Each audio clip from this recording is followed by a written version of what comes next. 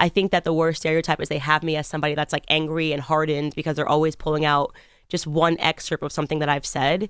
And I don't like that because I have just a great sense of humor. I laugh, even when they get me good. Like if they do something and they say something that I'm like, actually, I hate this person, but that's kind of funny. Like I do look like that. I'll laugh. Yeah. I saw that when Chapelle said what he said. Yeah, because I was just thinking, I'm like, listen, Dave Chapelle, I didn't even think he was actually that funny in that skit. Of all the Chapelle skits that, exist, I didn't think he was that funny. I think he was really angry throughout that skit. But also, it's Dave Chapelle. You know what I mean? It's Dave Chapelle, and he knows my name, and he knows who I am. And I think that you need comedians. It's a protected space, and even if they're making fun of people, as soon as we start killing the jokers, we're no longer living in a society that we want to be in. Trust me, when the kings start killing the jokers, it's not good. And I love Dave Chapelle. I grew up on Dave Chappelle. I was genuinely honored that he even knew my name. I was just like, what that's did you cool. say? It didn't make you feel no type of way. Called you the most articulate idiot he's ever seen. Yeah, I mean, I didn't, like I said, I didn't think it was funny. I thought it was insulting, but I wanted to make a larger statement that we need the comedians. You know what I mean? And even though I particularly did not find it funny, I just thought it was important to just kind of rise above it, And yeah, it was offensive. Yes, he definitely intended it for it to be offensive, but at the end of the day, I didn't really think it was an opportunity to be like, what was I going to say? Cancel Dave Chapelle? It's Dave Chapelle. Yeah. Now you accused T.I. of performing earlier, but you got a platform too. Mm-hmm. So do you find yourself performing? I'm genuine. So there's never going to be a person that comes onto my show or a person that I've talked to that is going to be like Candace then flipped up, when the cameras were on and started saying things that she didn't say to me privately. That's what I mean about a performance. Mm-hmm. Why did you do that? You and I had spoken on the phone multiple times. I know what you think. I know that you veer conservative. So what was that? Actually, what was that? No, for me, I actually say what I believe. I actually believe the things that I'm saying. And people just find that to be incredulous. How could a black person not be a Democrat? How could she not honor Lyndon Baines Johnson's dream to have, those N-words voting Democrat for the next 200 years? Because I learned my history properly after I left school, because now I see that the people that I thought were my saviors are actually avowed racists. And what they really wanted to do was just to recreate the slave plantation. And when I see people like T.I., it gets me angry. It does. People should be angry. People should now be questioning full stop, especially after the Diddy lawsuit, like what's real and what's not. Who's being blackmailed? Who maybe, is being controlled by certain people.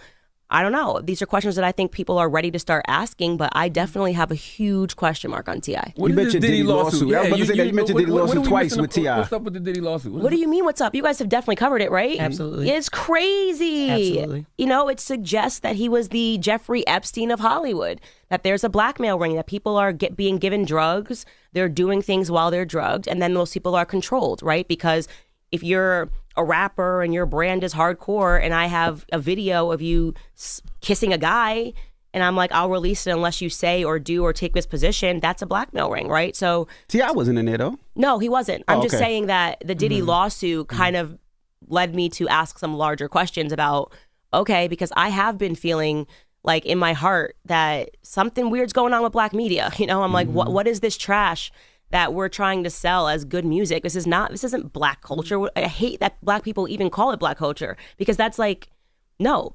vultures came in and took black culture, turned it into something else. Like I said, I've said it many times, I grew up listening to Lauryn Hill. Stop trying to tell me this is black culture. Like I grew up in my grandfather's house listening to The Temptations. Stop trying to sell to me that this is black culture. It's not. This is rotten. Black people aren't monolithic. I mean, you're like, even you're an example of that. No, I'm not saying we're a monolith. I'm just saying that black people create magic when they want to, okay?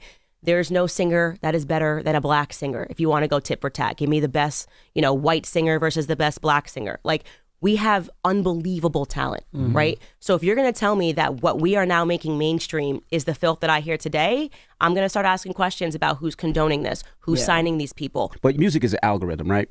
And what they really do is they see what music is being hit on Shazam, or what people are quote unquote liking, and that's what they play more. It's getting artificial. That's it's starting what to get quote artificial. unquote say. No, and I think that's why, I do love Kanye, because I think he was pointing to this stuff really early. Like when he jumped on stage and grabbed a trophy from Taylor Swift, people were mad. I was mad. I remember being like, what on earth is he doing? But what was he actually telling you? That all of this it's a performance, right? Like this is not based on merit anymore. And by the way, he was factually right. The Taylor Swift video was like a girl dancing in a mirror, and Beyonce put out Single Ladies, one of the greatest music videos of all time, and they gave it to Taylor Swift. There's a narrative, there's a person that they're trying to make big whenever they make these decisions, also clarified by the Diddy lawsuit, because the person alleges, I'll say allegedly, that, you know, Diddy told him if he did this or that he would get producer of the year. Well, how could Diddy make that decision? How could Diddy offer that to somebody, full stop? You know, this means that there's a different reason that people are getting awarded and are being platformed. And I have seen people that I just do not believe were made hot by black people that were suddenly being thrown in our face and being invited everywhere on red carpets, and suddenly they're, you know, next to Taylor Swift. It all just feels so artificial. Who, it doesn't Candace? feel. Who, well, Candace? I'm giving an example. You guys talked on stage about Ice Spice. I mean, on the show about Ice Spice, you guys played my clip where I was talking about it. I don't have anything against Ice Spice. I'm sure she's a very nice girl. I really am sure. She's young. You know, that's not a justification. What is she, 20? How old is she, 20? I don't even know. I think she's like 24, 25. 23. It's actually, she's not that young, right? You know, like Lauryn Hill she was like 18 when she was on Sister Act. But, you know, the point is I don't fault her for making that music, but I am seeing this artificial promotion of Ice Spice. Like all of a sudden, of all the people, that's who Taylor Swift decided to put on her on the stage and take to, you know, the Super Bowl. I have questions, you know, I just have questions. And I do think that Kanye was trying to say something, you know, in that moment when he took the trophy from her.